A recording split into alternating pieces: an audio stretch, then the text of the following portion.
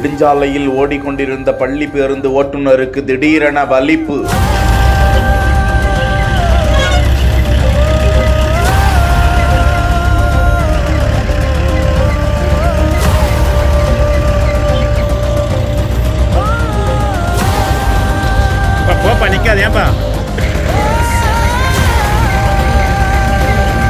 அலறிய 46 மாணவர்கள். என்ன ஆச்சு?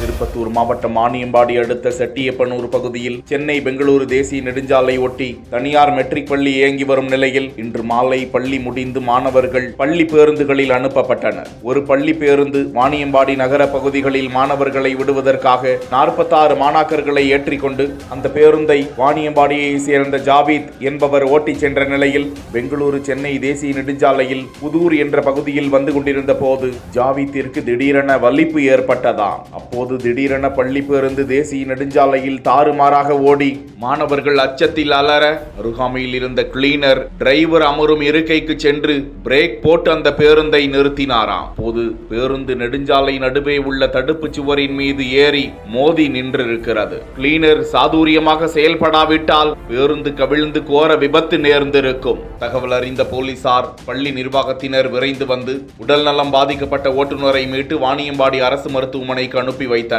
பேருந்தில் இருந்த மாணவர்கள் அனைவரும் சிறு காயங்களின்றி உயிர் தப்பினர். அவர்களை மாற்று பேருந்தில் வீடுகளுக்கு அனுப்பி வைத்தனர். போலீசார் அங்கிருந்த போக்குவரத்தையும் சீர் செய்தனர். இந்த நிலையில் பள்ளி பேருந்து சாலையில் தாறுமாறாக ஓடக்கூடிய காட்சி வெளியிடப்பட்டிருக்கிறது.